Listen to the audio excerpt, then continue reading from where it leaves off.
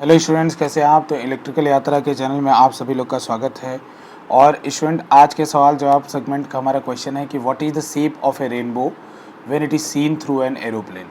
कि जब हम किसी रेनबो को एरोप्लेन से देखते हैं तो उसका शेप हमें क्या दिखाई पड़ता है, ठीक है ना।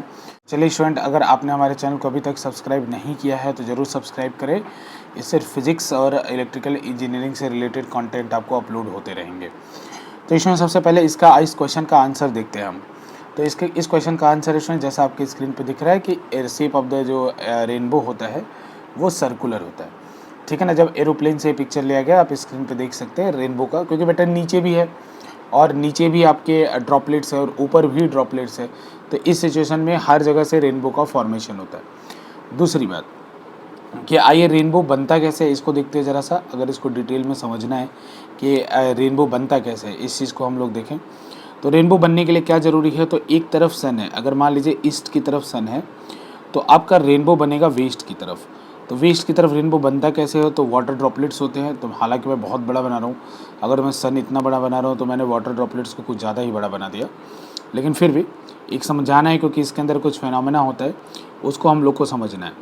तो देखिए, अगर इसके अंदर बात करें, अगर लाइट रे ऐसे जाती है तो तीन फिनोमेना होते हैं। लाइट रे इंटर करती है तो रिफ्रैक्शन, फिर TIR, फिर उसके बाद डिस्पर्जन। लाइट के अंदर तीन फिनोमेना। ए पॉइंट पे, जो ए पॉइंट है यहाँ पे क्या हो रहा है, यहाँ पे हो रहा है रिफ्रैक्शन। बी पॉइंट पे क्या हो रहा है, TIR, और यहाँ पे क्या हो रहा है, सी पॉइंट पे क्या हो रहा है, डिस्पर्जन। तो यानी ये जो रेनबो के अंदर है तीन फिनोमेना होता है ना। ये याद रखना है आपको। रेनबो के अंदर तीन फिनोमेना कौन कौन से होते हैं, तो रिफ्रैक्शन होता है, दूसरा होता है TIR। TIR होता है टोटल इंटरनल रिफ्लेक्शन। और तीसरा फिनोमेना होता है डिस्पर्जन। डिस्पर्जन मतलब breaking of white light into 7 colour component. तो एक रेनबो के अंदर तीन फिनोमेना होते हैं, डिस्पर्जन, रिफ्रैक्शन, TIR और डिस्पर्जन। अच्छा, अगर रेनबो बनने के लिए इंपॉर्टेंट फिनोमेना की बात करें तो ये वाले हैं, मेन यही है। क्योंकि देखिए, जब रेनबो नहीं बनता है, रिफ्रैक्शन तब भी होता है। रिफ्रैक्शन क्या होता है, जब एक मीडियम से दूसरे मीडियम में लाइट जाती है तो जो बेंड होती है। रेनबो नहीं भी बन रहा है, जब लाइट पीछे सीधे निकल जा रही है तो भी तो रिफ्रैक्शन हो रहा है ना। तो अगर मेन फिनोमेना को कंसीडर किया जाए तो मेन फिनोमेना होता है TIR और डिस्पर्जन। अब इसके बाद एक बात याद रखना है आपको कि यहाँ पे विवग्योरियन में वायलेट अंदर होता है और रेड ऊपर रहता है। एक रेनबो के ऊपर, एक रेनबो अगर ऐसा रेनबो है, एक रेनबो के ठीक ऊपर एक और रेनबो बनता है, इसको हम लोग कहते हैं सेकेंडरी रेनबो। जैसे ये वाला रेनबो बनता है, इसको हम कहते हैं प्राइमरी रेनबो। प्राइमरी रेनबो के ऊपर भी स्टूडेंट एक रेनबो बनता है, इसको हम लोग कहते हैं सेकेंडरी रेनबो। तो सेकेंडरी रेनबो में क्या होता है, दो बार TIR होता है। डिफरेंस यही होता है, दो बार TIR होता है और इसमें नीचे रेड होता है और ऊपर वायलेट होता है।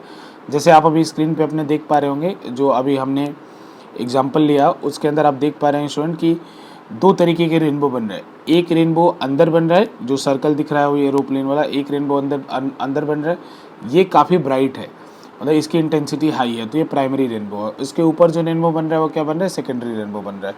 तो अगर आप किसी भी कॉम्पिटिटिव एग्जाम की प्रिपरेशन कर रहे हैं तो आपको याद रखना चाहिए कि रेनबो के अंदर कौन कौन से इंपॉर्टेंट फिनोमेना है, तो TIR और डिस्पर्जन है। साथ ही आपको ये बात भी याद रखनी चाहिए कि प्राइमरी रेनबो और सेकेंडरी रेनबो में क्या डिफरेंस है। तो प्राइमरी रेनबो में जैसे आपने देखा, ये ब्राइट होता है सेकेंडरी से, इसमें वायलेट अंदर होता है, रेड बाहर, और सेकेंडरी में रेड अंदर होता है, वायलेट बाहर। उसके बाद बात करें तो सेकेंडरी के अंदर दो बार TIR होता है और प्राइमरी के अंदर एक बार TIR होता है। ये कुछ इंपॉर्टेंट पॉइंट्स है, अगर आप किसी भी एग्ज़ाम के प्रिपरेशन कर रहे हैं, NDA CDS, तो इसके लिए ये रिक्वायरमेंट है, ये रिक्वायर है बेटा, और ये आपको याद रखना है, ठीक है ना। तो उम्मीद है ये छोटा सा लेक्चर आपको पसंद आया होगा। बहुत बहुत धन्यवाद।